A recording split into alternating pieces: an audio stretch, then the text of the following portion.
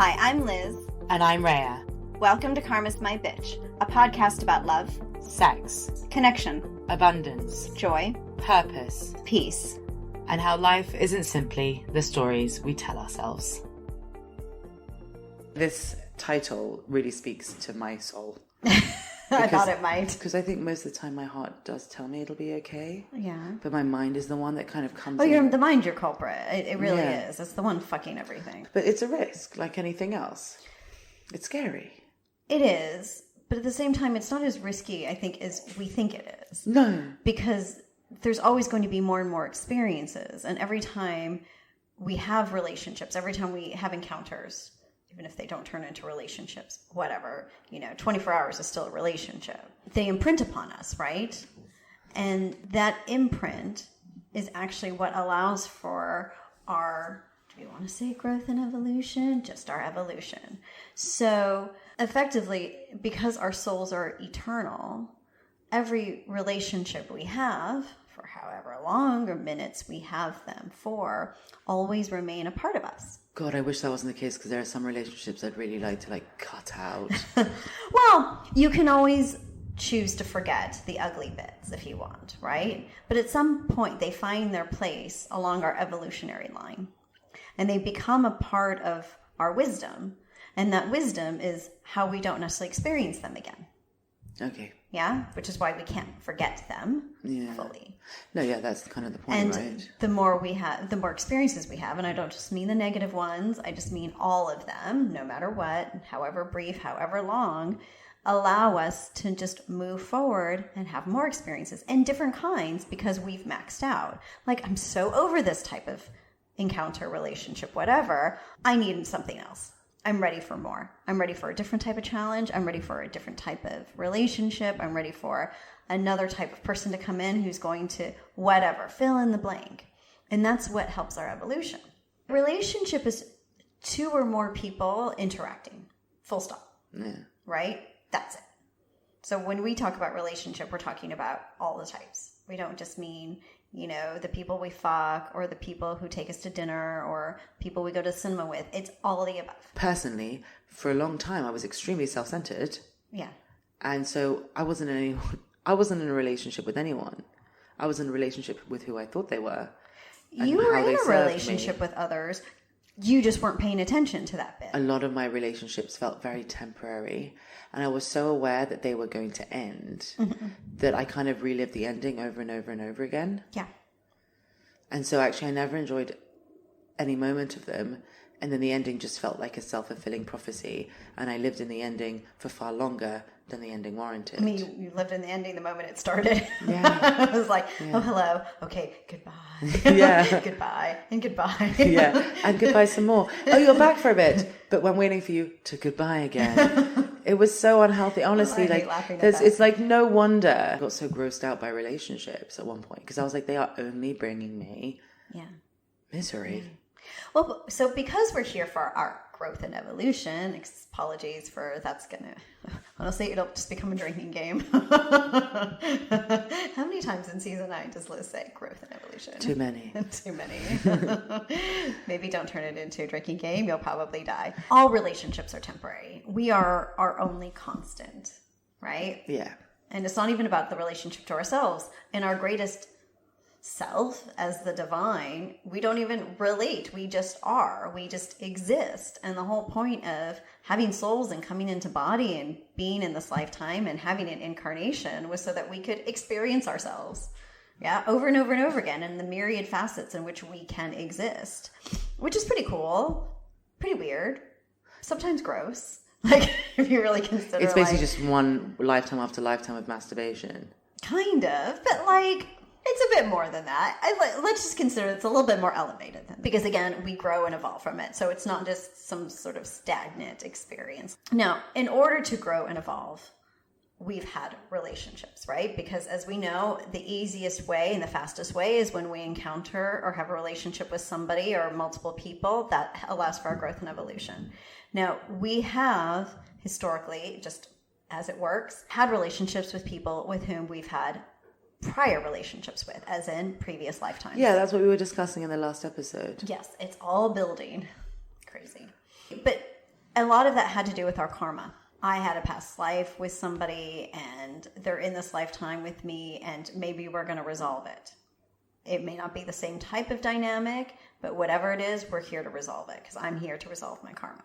Now, as we divest of ourselves of more and more of our karma, as more of us, our young ones, come in without karma, we don't need these types of relationships anymore. That makes sense. Which is great. Way less drama.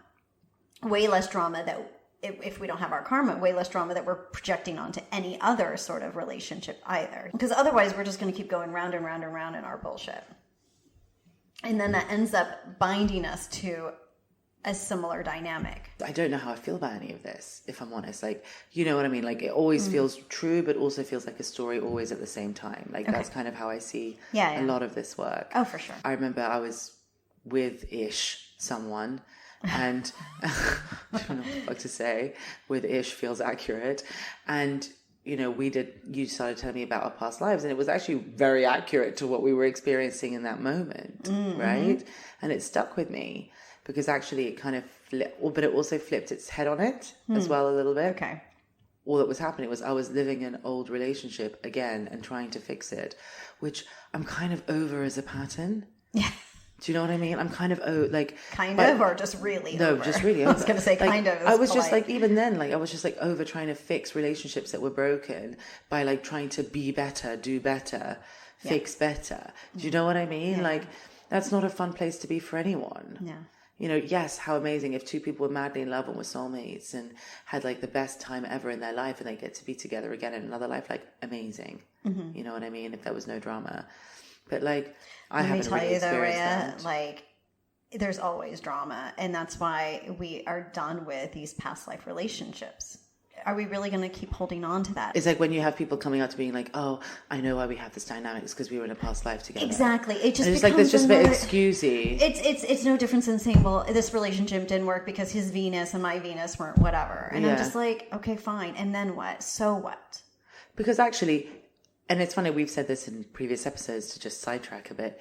You do outgrow that astrology bullshit. Like, I remember always saying I hated Aquarius people until one day I turned around and realized most of my best friends were Aquarius. I mean, honestly, and bitch. Actually, yeah, I know. Seriously, bitch. And not only that, but that actually the more I'd evolved and the more I loved my independence, the more I could stand on my own and the less stubborn I was and the less open I was, the less of like a Taurus I was.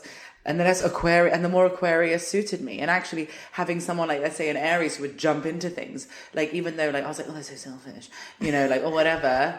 Yeah, they are. But like, but at the same time, like I can actually relate to that.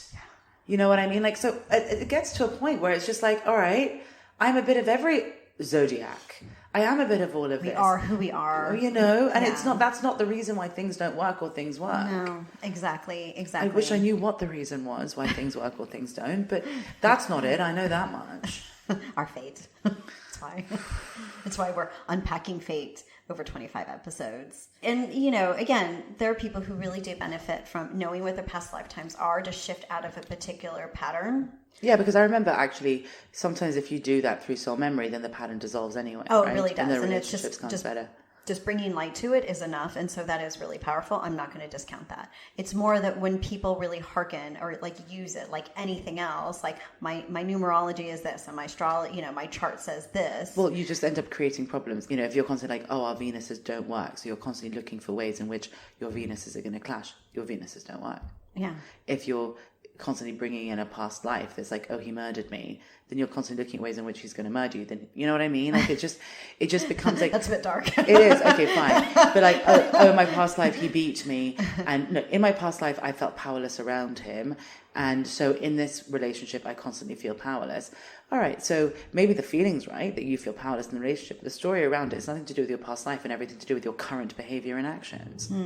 So I kind of find it a bit of a cop out, to be honest. It can be if we're holding on to that. It's another thing just to know it and move on, you know, again, to have done the work or done what needed to be done around it and then just move forward.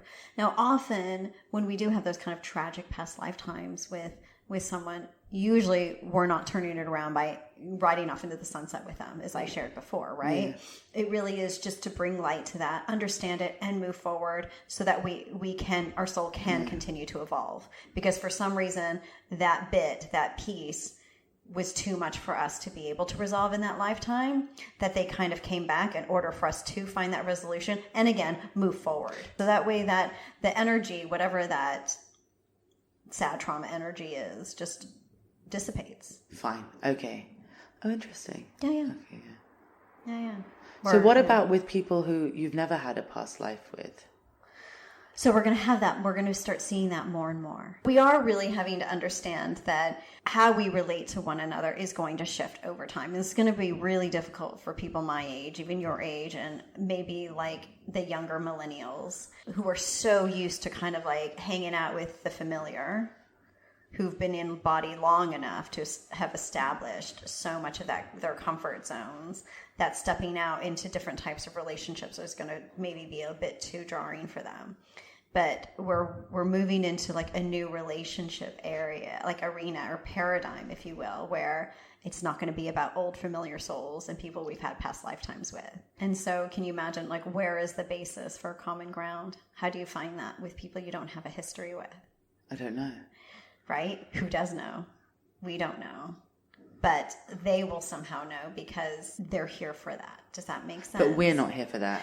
We're here for that change, right? Yeah. We're going to experience it as well just because we are in body. So we're going to be finding that happening more and more. Less so for us, but definitely among younger generations. Fine. It's going to be so common. And we're going to be like, why are they friends? They have nothing in common. Yeah. They don't even look similar. You know what I mean? You know how like friends dress alike, and yeah, exactly. It's going to be a lot less of that. So we're not going to quite understand where the compatibility lies, and that's because the compatibility lies on a soul level. Okay. On a deeper soul level. So not soul tribe, though. No, none of that necessarily. It's more like, I'm here for similar reasons that you're here for. Okay. Our purposes somehow line up. Okay. And it can be sort of, for lack of a better word, romantic in nature, but I'm also seeing deep friendships. Okay. That also are established based on that as well. Okay. So as long as we're not carrying karmic burden, we will be more and more open to these types of connections. Okay. Yeah, because we only need people with history in order to deal with our karmic issues. Will the people we attract also have no karma? Yeah, more and more. More and more. Okay. Now, and I will have to explain this a little bit. In order to make room for these types of relationships, some of our old relationships will fall by the wayside. Now, you're not going to just purposely dump your old friends in order to make room. It doesn't work that way. It will just be more of a natural progression where it's, the more conscious you become. And it's not just you hit full body consciousness or you're in higher consciousness and then you just remain there. Everything is always an evolution. So your higher consciousness will just evolve and evolve and evolve, right? And so the more you evolve in your consciousness, the less of your older relationships you'll be able to maintain anyway, depending on where people are at in their own evolution. But could you be in higher consciousness and be friends with someone or even with someone steeped in their karma? I mean, you can, but as you've noticed, it's incredibly difficult and uncomfortable. And most of the time you don't want to be around them because you just become an object in their karmic story. It gets more uncomfortable until it becomes so toxic you don't want to see them. So but you can, technically. But it is possible. We're not saying that you have to, this is not like an elitist thing. No, where it's you're not a saying status. That no, but you're in your karma. We can't be friends. No, but like what I mean is also like you can be with someone relationship-wise, friendship-wise, anything-wise, who maybe doesn't see the world the way you do, who doesn't have the same consciousness as you do, who maybe is in their karma and you're not. Like, it's not, you know what I mean? Like, nothing precludes the other one. No, there's no rule. But it's more also listen to yourself. Follow your consciousness and not this idea that, like, because you're in higher consciousness, you could still have compassion and you can still make a choice. Do I want to be in a friendship with this person? Do I want to be in a relationship with this person? Do I want to date this person? But this goes back to the previous episode, the power of no, which is I still make the choice. I don't have to if I don't desire that. Yeah. I'm not bound to that world anymore. But also at the same time, if I do desire it, I have to listen to it too. Yes. But I have to be really clear about what my desires are, because more than likely your desires are not to want to be in relationship with somebody who is steeped in their karmic shit. Yeah, no, true. Right? The more conscious you are. Yeah. So, but again, it's not a status thing. It's not a rule thing. No. Because you're not like, oh, I'm just going to leave you to your karmic bullshit and I move on with my life. It's not like that. Of course we have compassion. A lot of the old school manifestation stuff, when they talk about tests and no's and things like that, I've seen people cutting out friendships, ending relationships, doing all of this because they knew it wasn't quite right, even though they wanted to stay in it because the lessons hadn't finished. So then when they met a person who was exactly the same afterwards, they would end up being really upset and feel very disappointed and disillusioned with the whole thing. You know, if you give yourself the permission to say no, what you effectively do is you give yourself permission to not feel guilty. Yeah. And guilt is one of the worst things because it's it's shame, it's judgment, it's all the things. Yeah, that's effectively what it is. It's just another aspect of freedom. Yeah. And I think that's really important. But what I've noticed that often, for some reason, because it's kind of being filtered through this lens of separation, no ends up becoming this really weird tit-for-tat boundaries way of hurting everyone, including yourself. Yeah. You're a shit friend, so I'm cutting you out and I'm going to tell you why you're a shit friend, and then I'm going to go home and pat myself on the back because I ended a friendship when really now I have no friends. So you know what's really interesting? No actually only really works, again, when you're operating from your fate. Yeah. When you're in post-karma. Yeah. It actually helps more. Again, you have your discernment, but yes is more powerful than no when you're in your karma. Of course. Right? Yeah. Because that's where you're really, because by allowing, you're going to be burning off stuff so much faster, right? Exactly. So that's our point. And so when you're kind of out of your karma and you can listen to yourself. Yeah. And your post-ego. And you've done all of it. Basically, when you're at a point where you can just, you are who you are at any moment and that's good enough, effectively, then the one thing that you do have to battle with is, I feel guilty about it. Yeah. So giving yourself permission to say no is effectively giving yourself permission to be happy. Yeah. And that's all it is. It's nothing bigger than that. It's no big, like, I said no to this guy, so Prince Charming is going to walk through my door. And I say all of this because they've been instilled in us since we were kids. Yeah. And it's really hard sometimes to come out of it and to be actually truly free. Yeah. So sometimes it feels like, yeah, this applied in karma and this doesn't now. But no, we're still carrying our karmic brains around. You know, we're still carrying our karmic memories around sometimes. And we're still carrying our karmic lessons around, which is why I guess it's so nice to end up dating people who we haven't had all those things with. Yeah. Because then you can just meet me as me. Yes. And I can just meet you as you. Exactly. And in the end, when we encounter people like that, or those souls, it has a lot to do, it becomes fate enhancing, where those types of interactions really elevate us, right? We're not just kind of stuck in this sort of like, this is how it should be. Like you said, part of what turns you off about relationships and dating has a lot to do with the sort of social constructs around it. The weird swiping thing. You are literally swiping on a screen to determine who is going to be the most important person in your life over your friends and your family and everyone else. Like, it's weird. Somehow in 3D, like, we can still get on board a little bit. This is the partner. This is the person who's going to help me see my shitty life, see through my shitty life, right? So it's easy to get on board with that idea because life is too difficult without. When you're in 5D and you're pretty much like chilling and you're like, I'm enough and my life's enough. And yes, there are things I still want and desire and I want connection and there's still somebody who can be a part of all of that. I just don't need it in that way.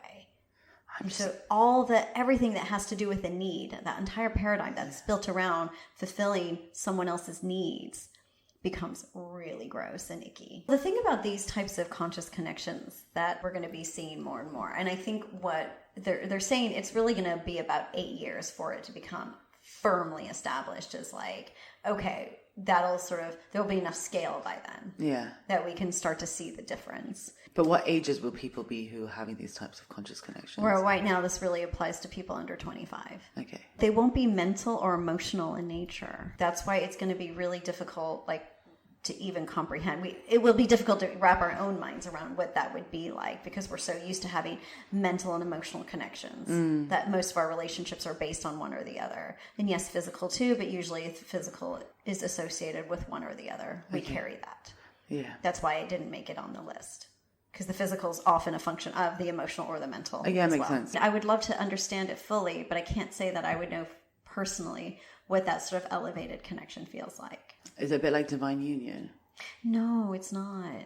But it really is about like, because again, it could be anything from a friendship to a lover. Yeah. It will span the entire relationship spectrum. And it will either be an expansive experience, as in it's one that will teach us something, or one that, will allow us to realize ourselves.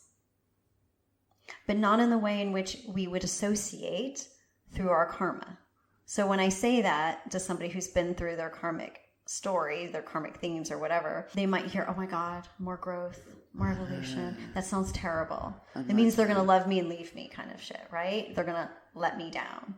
And that's not what expansion and growth are in 5D.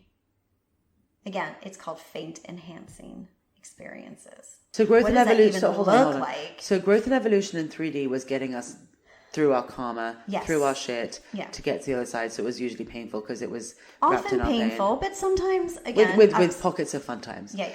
In 5D, like blah blah. In 5D, growth and evolution is only more happiness, more joy, more. Exactly.